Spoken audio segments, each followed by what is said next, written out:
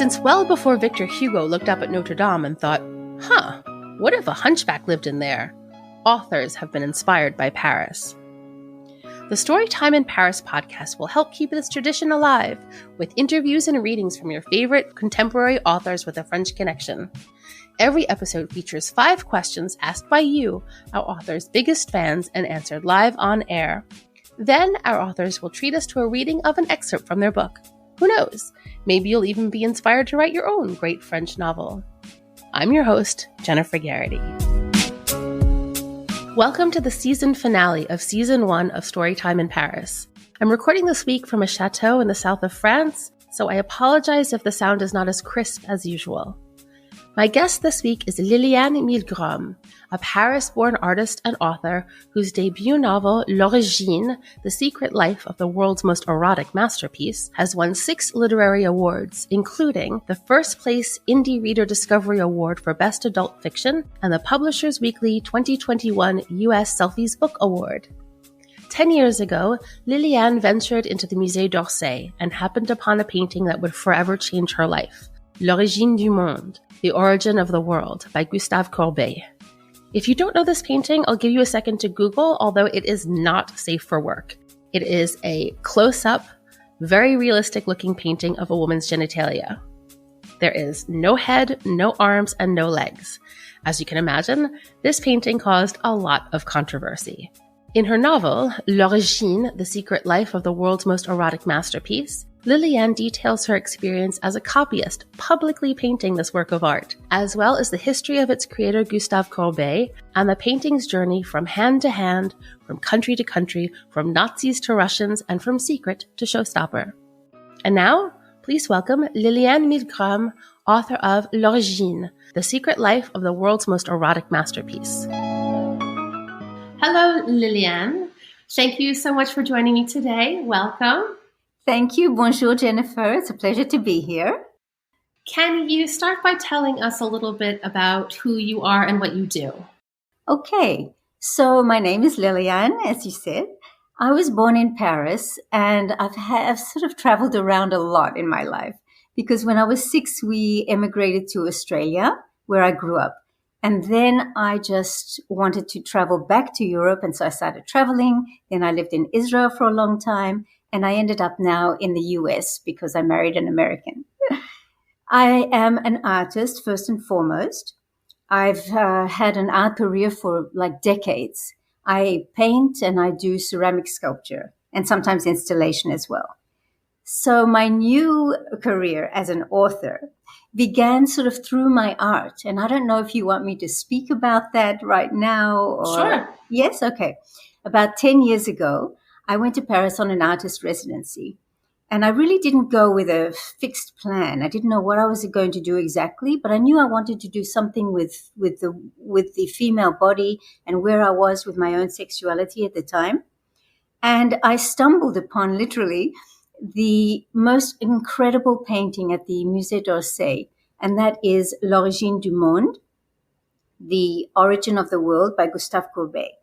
If you don't know this painting, it is basically a close-up of a woman's genitalia. And I think that Jennifer may be... Yes, I'm going to play a clip from the very beginning of your book where you describe the first time you saw L'Origine du Monde. L'Origine, The Secret Life of the World's Most Erotic Masterpiece. Prologue, The Copyist.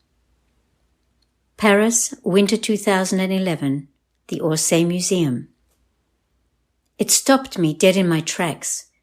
Granted, I was in Paris, but nonetheless, this wasn't something you'd expect to see in one of the most celebrated museums in the world. Prominently displayed on its own dedicated wall and hanging at eye level was a realistically rendered, X-rated, peep show perspective of a woman's exposed genitals. Not a fig leaf in sight. The parted thighs drew my eye towards the riotous pubic bush just left of dead center. The vulva was split asunder by a palette knife slash of scarlet. A shadowed ravine divided the buttocks into 2 creamy rounded orbs, and only a single breast, crested by a blush-colored nipple, peeked out from beneath rumpled sheets. No face, no legs, no arms. Just lady bits. This painting, L'Origine du Monde, The Origin of the World, it totally blew my mind, and I couldn't stop thinking about it. And I ended up being the first copyist at the Musée Museum of this painting. The painting itself is remarkable, but when I started digging further into its history and its amazing adventures, I thought this story just needs to come out. I became obsessed with the story, but more like getting English-speaking readers to understand and to know this painting, because people make a lot of assumptions when they see this painting. And I wanted to delve into that and to explain it, and within the context of its time, but also to understand the way that it's almost an allegory of how society views female nudity. So it's been really exciting to be now an author, and for the book to have won 6 literary prizes is really so validating. And now I'm writing a second book. So now my career is split between art and writing. That's fabulous. I think that using this painting as an allegory is exactly right. I think that people have so many different reactions to it, which you talk about in your book. And I think it's a lot about people projecting their own thoughts and feelings, securities, insecurities, whatever, onto this painting. Exactly. It's very interesting. Exactly. Sort of like a Rorschach test, I think. Yeah. It's like what you come to the painting with is what you take away from it. Yeah, I think that's exactly right. And you give a lot of different examples of that throughout history in your book. Yeah. What is your connection to France? Well, I was born in France, in Paris, actually. And even though I left when I was 6, it just, when you're born in a place, there's just something in your DNA. You just can't help it. I've always felt very French. And at my first opportunity after living in Australia, I traveled at the age of 18 back to Europe. And I just sort of like sighed with relief. I'm home. Je suis chez moi. It just felt like so right. And at every opportunity I try to go back. I still have friends there.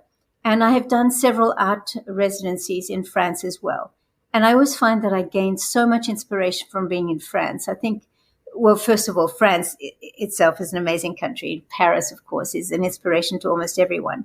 But when you have that extra connection and the language, it just means the world to me. Do you see yourself ever living here?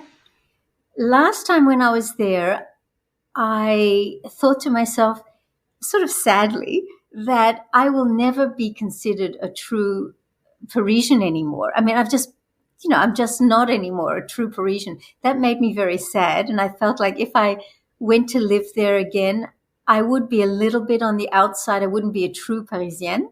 So I do, I think everyone fantasizes about having a little pied-à-terre in Paris and staying there for a couple of months. I would love to do that. Well, I can tell you from personal experience, being an expat who has lived in Paris now for 11 years, there's something to be said about being a little bit outside of it as well. You get to play the role of an observer, and that's kind of cool. You're sort of in it and out of it at the same time. That's true. I guess I'm always like trying to be that Parisian that I left behind. And I should just embrace that I'm not that anymore. I mean, I have that grounding, I have that background, I have that DNA, as I mentioned. But yes, maybe I should just like let go of that with abandon. Yeah, why not? Yeah. So I've collected 5 questions from your fans and your followers. Yay. So here's the first one. What do you think Courbet would think of the reactions you encountered while you were in the Musée d'Orsay painting your painting? Oh, wow. Well, knowing Courbet as well as I do, and I have to interject here and say that part of why I really delved into his life was I read the 700-page compendium of his collected letters. And boy, was he a character. He just like made me laugh out loud he didn't realize how funny he actually was. He was so confident and very abrasive and a womanizer and funny, and he took chances and he was principled and he just was larger than life, really. So I think he would have gotten such a kick out of it. I think he would have gotten a kick out of just generally the painting becoming such a sort of a magnet for people to have a controversy over, to have a debate over. But on the other hand, I think he might have been a little bit annoyed that this little painting that was a private commission, actually, which a lot of people don't realize, sort of has taken a front row position instead of his larger paintings that he really wanted to make a statement about, like Burial at Ornans. People who might know about The Origin of the World because of its scandalous subject wouldn't know about these massive paintings he painted that were really groundbreaking. And I have thought of that. Like, he would get a kick out of it, but he would also sort of be a little bit annoyed, I think. That's my take on it. That's a really interesting point. I could absolutely see that, because people link the two in their minds, but maybe oversimplify in that way. Yeah. Yeah. So how about you? So how did you change in the process of writing this book? Was it cathartic for you? Actually, it was. And actually, I have to say that in the book starts with a prologue of my very intimate adventures with the painting. So I do go into my feelings and my inspirations and my motivations, and then it goes on to the entire incredible adventures of the painting itself. But as I say in the prologue, what happened is that I was not expecting to be the copyist of this painting. It really was something totally serendipitous. And I thought, I can do this. But I immediately doubted myself. As soon as I got the authorization, I thought, no, maybe I shouldn't be doing this. And then on my first day, when I'm there with my paints and my easel standing in front of this, basically a vagina, I just froze, and I just was like terrified. And I was sort of embarrassed, and I thought, what am I doing? I really thought this was the wrong thing. But as soon as I got into the painting, everything sort of fell away, and it was just the right thing to do. And I painted this painting over a course of 6 weeks. And in the course of those 6 weeks, I found myself identifying more and more with this painting. I felt liberated, just totally liberated. And it was almost like there was this symbiotic thing going on. Like, I was the painting was me. I was woman. I was the universal woman. The painting was all about women. When I finished, I felt totally, like I said, liberated, but also I had a certain pride about my own body. I held my head up high. It was extremely empowering. Extremely empowering, yes. Yeah, very interesting. There's something in the painting. I was talking about this with my friend earlier. The painting itself, there's a real reverence in the painting of it for the female body. Yep. Even though we can't see her head or her shoulders or anything, it seems like it's sort of a worship of the woman, and the name of it, the beginning of the world, the origin of the world. Right, the two together. Somebody asked me once, like, would you have painted this if it hadn't been called The Origin of the World? And, I'm not sure. I'm really not sure I would have been that drawn to it without that title. But as you said, it's sort of putting on a pedestal something that had been hidden from art history, from art for centuries and centuries, because there was always a fig leaf or the hand or a bit of fabric. And here you are. It's just that part of the anatomy in all its glory and exactly in a realist way. And so to me, it was like putting that on a pedestal and saying, this is life. This is woman. Yeah. Had you been planning on copying something? No, I'd never copied anything. And even though it's looked up to, and it's the way that Courbet himself, which was really exciting when I found out, it's the way that he himself learned to paint, because he was such a maverick. He was supposed to go to the Académie des Beaux-Arts and the arts institution where all artists had to, break their teeth there. He said, I'm not going there. The teachers are all fuddy-duddies. They don't know what they're doing. And he went to the museums and he painted. He particularly liked Flemish painters for their realism, for painting people, just ordinary people, instead of kings and queens and goddesses and things like that. He was a realist, and that's what his entire philosophy was. I just want to paint my generation, my world, my time with the people that are in it. And that was his whole sort of thrust in his painting. We'll be right back with Storytime in Paris after a word from our sponsors. And now, back to Storytime in Paris. So this book is a work of historical fiction. Yes. Can you talk a little bit about the research that you did for this book and how you interwove the history and the facts with the fiction and the storytelling? Right. So like I said, I had a lot of experience as a freelance journalist, but I'd never written a book. And I really didn't understand the rules of historical fiction. But I studied history at university, and so I loved it. I love history. And I only realized after the book came out that it was the exact sort of coming together of all my passions, art, writing, and history. And I only realized that like way after. But the book took me 10 years to write. And people go, oh, why did it take you so long? Well, I really did research so much. And I'm so glad I speak French, because most of the source material, especially in the books, the biographies, etc., are in French. And if I hadn't had those, the possibility of reading those books, I don't think I would have been able to delve this deeply into the painting nor into Courbet and his life. So I read a lot of books in French.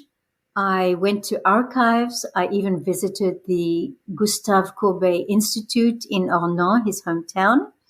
I went to the archives not far from me at the University of Maryland, where I could see his actual letters. They have a stash of his actual letters. I remember crying almost. I was so involved in that. And I read, of course, I Googled the hell out of it. And there's so much written about Courbet. There's so much written about the painting, but there's not in one place, except for one historian, Thierry Sabatier. He's the expert on Courbet. But I wanted to show the entire trajectory. And so I started the book in various ways. And I only realized a couple of years in that the only way to write this book was to write its actual adventures and its passage through time. So the painting itself is the protagonist in this book. But the research, I loved the research. I really did. You mentioned this briefly in the book, but in 2013, Paris Match declared they'd found the head and the shoulders of the woman that goes with the L'Origine du Monde.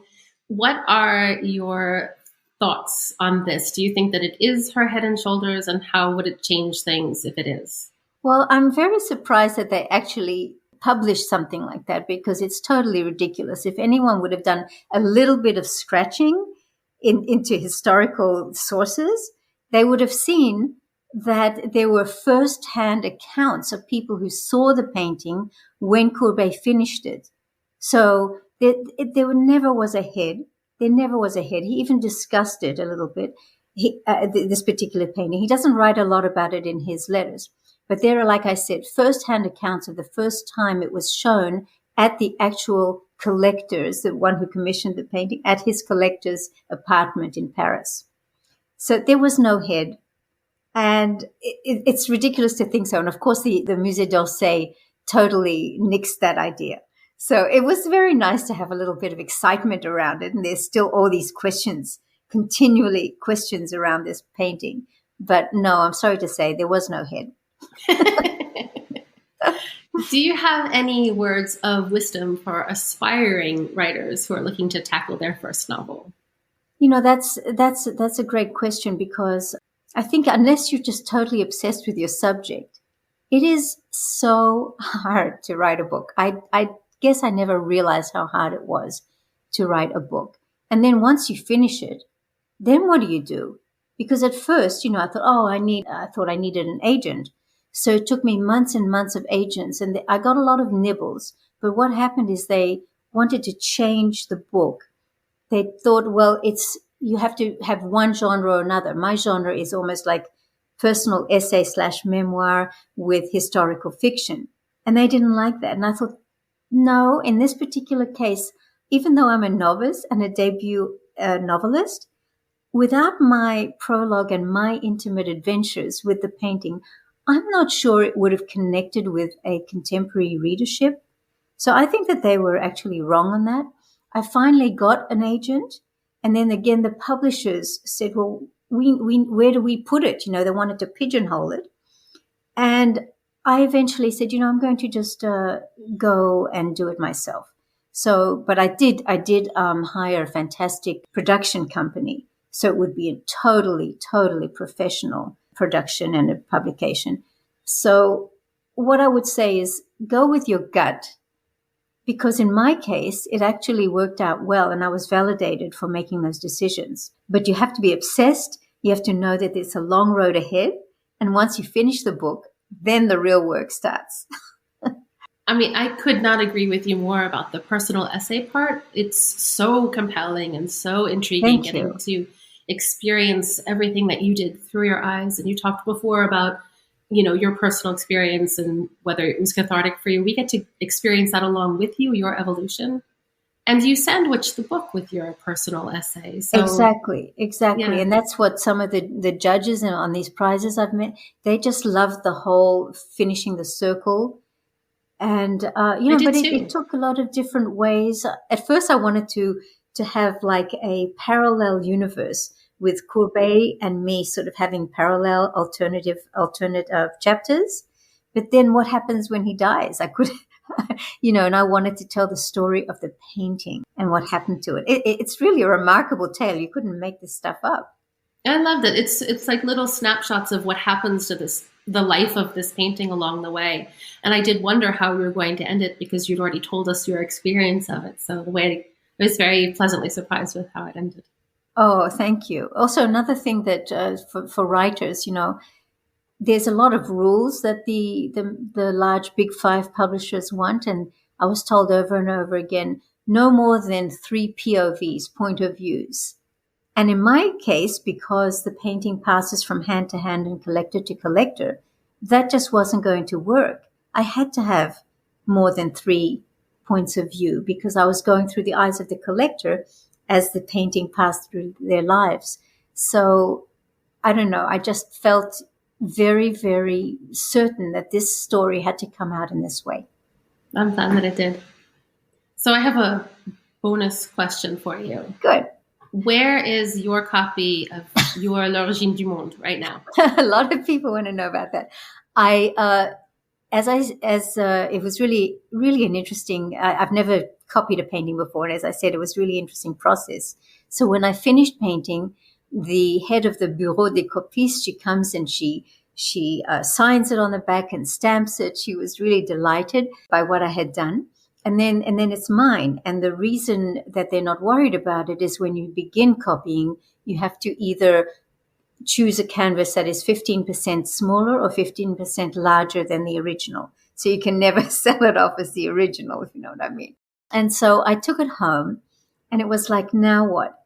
And you might have felt this, and I'm sure you did throughout the book, that I feel still totally protective of this painting. I wanted to protect this painting. I felt responsible for it. I felt hurt for it when people would laugh at it or snicker or something like that. And I didn't want that experience in my own home. Especially you bring a painting like that back to the United States, and it's a beautiful painting. Obviously, I wouldn't have spent 10 years thinking about it, writing about it, painting it, if I didn't think so. But to have it in my own home and to have people sort of gawk at it or make I don't know what sort of expressions they would have come out with, but I didn't want that for the painting.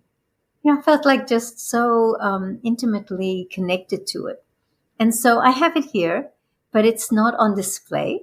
It did go to New York once as part of an installation I did called L'Origine c'est moi, The Origin is Me. And it was very well received. But since then, it's just been in my house. That makes a lot of sense. Can I ask you if it's 15% larger or smaller? Mine is smaller, 15% smaller. And the reason is that's the only thing I could get within that 1 day window where I was rushing around Paris trying to find a canvas that was similar to that size. And in fact, it's not a perfect 15% smaller because it's not exactly the same dimensions, But at that time, I think people will really enjoy reading about my mad dash through Paris to get my authorization. I agree. Yeah, and I love your idea of protecting it. And I feel like you're maybe also protecting the people who are coming to see it too, because if they were to mock it, maybe that would damage your friendships. Or I'd say, oh, I didn't realize they were that conservative or that shocked by something that is unnatural. Yeah, that's very true. I didn't think of the other way around, that I could be judging them instead of them judging me. So I think you're going to share an excerpt of the book with us now. Yes. Can you give us a little context so we know what's happening? Yes. If I recall, I think it's chapter 21. And the painting survives revolution and war and human greed. It's all very exciting, but also sort of thrilling and scary. And you think that, wow, this painting survived. It's really quite a miracle. So the excerpt that I'll be reading is just after World War II, when the collector who had acquired it at the time, he had lost it to the Nazis and then to the Russians, and he has a chance to get it back. And that's what this chapter is about.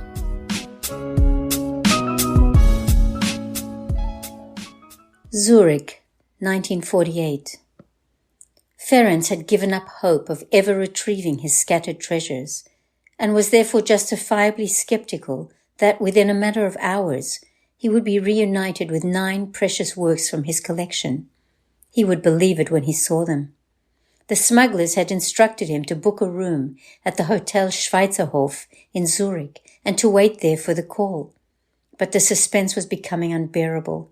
He extinguished his cigarette and paced the narrow hotel room. What if something went wrong? Or worse, what if the deal was no more than a cruel hoax? He replayed the telephone conversation that had set his waiting game in motion, a phone call that had shattered the quiet of a Montreux evening 3 months earlier. Ferenc Hadvani? Inquired a voice with a distinct Budapestian inflection. Igen, acknowledged Ferenc. I have some news of interest to you, said the caller without preamble. Who is this? That's not important. I'm merely delivering a message regarding some works of art that may have belonged to you. Should I continue? Ferenc's stomach lurched and his heart skipped a beat. Lucia looked up from her book, sensing a change in her husband's demeanor. But Ferenc held a finger up to his lips. He gripped the telephone receiver. What about them? Where are they? You have 1 week to get to Budapest, and bring Swiss francs with you if you want to get your hands on them again. Don't contact the authorities. I'll call you again tomorrow night. And with that, the line went dead. Ferenc didn't know what to make of the ominous call. He knew only that he was prepared to go to any lengths to recoup the art that had been torn away from him like severed limbs. He ignored Lucia's plaintive objections about returning to a city that held only nightmarish memories.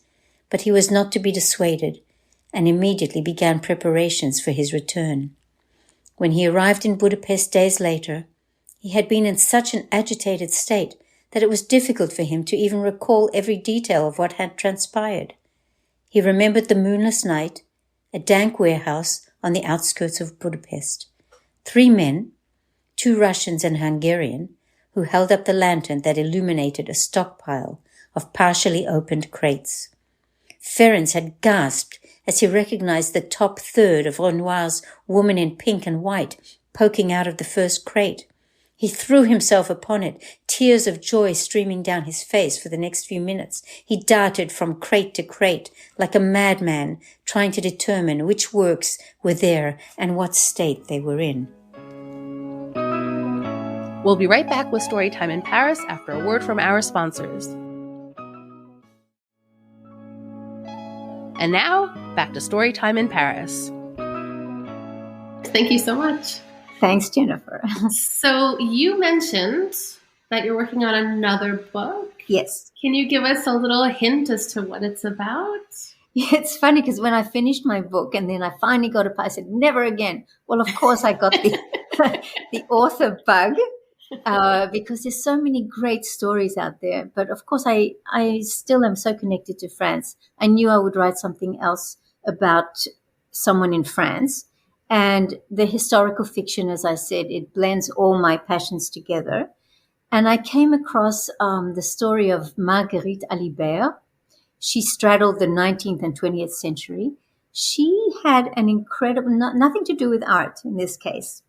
She just had an incredible life. She's mostly known for her trial for killing her husband. The trial was in London. It was called one of the most scandalous trials of the 20th century. But actually, her life, to me, sounded even more interesting. I like to sort of delve, as if you hadn't noticed. So I thought, okay, how does somebody who was a streetwalker in Paris, she marries a prince and then ends up murdering him and in cold blood, and then ends up getting off, totally off, okay, despite witnesses and whatever. Like, how do you get there? You know, was she a murdering schemer, or was she just, what did life hand her that she did that, or how did she become that?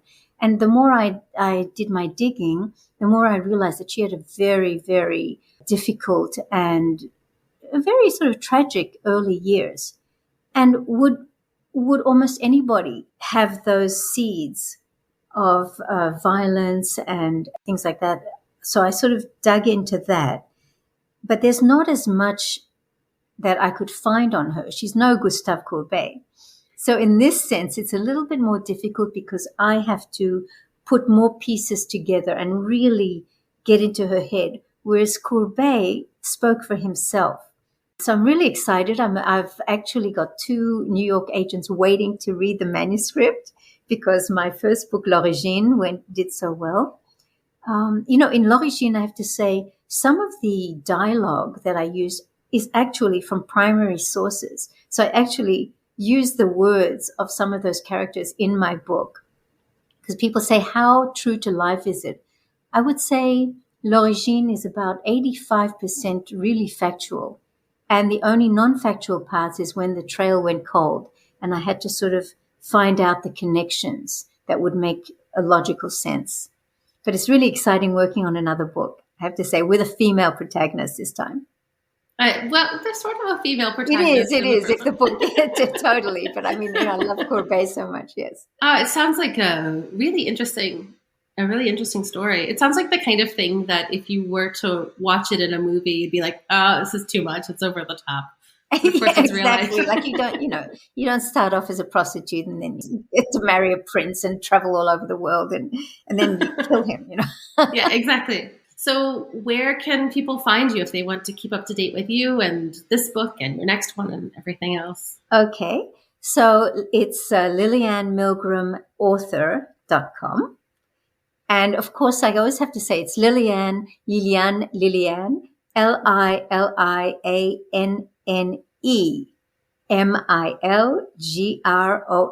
LilianneMilgrom.author.com. And if you're interested in knowing what my art is, it's LilianneMilgrom.com. I had to separate the two because there was just too much going on because I'm still a working artist.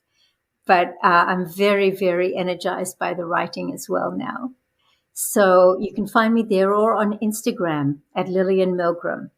So please do come and say hi on either my website or my Instagram account. I'd love to connect with you all. And I'll include links to everything too so people can find you very easily. Thanks, Jennifer. Thank you. Absolutely. Thank you so much for taking the time to speak with me today. It was really lovely. Thank you. And Happy New Year to everyone listening and to you too. Yes, Happy New Year. Thank you so much. Thank you. Merci. Thank you again to Lilianne Milgrom for taking the time to speak with me and for such an interesting conversation. My name is Jennifer Garrity, and you can find me on all socials at Jennyphoria. That's JENNYPHORIA. Thank you for listening to the season finale of Season 1 of Storytime in Paris on the Paris Underground Radio Podcast Network. I have loved getting to read such wonderful books and share them and their talented authors with you. Thank you for being such loyal listeners. It means so much. I'll be back in February with Season 2 of Storytime in Paris with 10 new books and 10 new authors. If you have a book suggestion for me, please feel free to email me at hello@parisundergroundradio.com. If you've read any of the books we've talked about this season, I'd love to hear your thoughts. In the meantime, I'd be delighted if you would leave a 5-star rating and a review for Storytime in Paris wherever it is you're listening to me now. Please don't forget to follow Paris Underground Radio on Facebook and Instagram so you can stay up to date with the latest news, or, better yet, sign up for our newsletter on parisundergroundradio.com. Thank you so much for listening, and see you in February.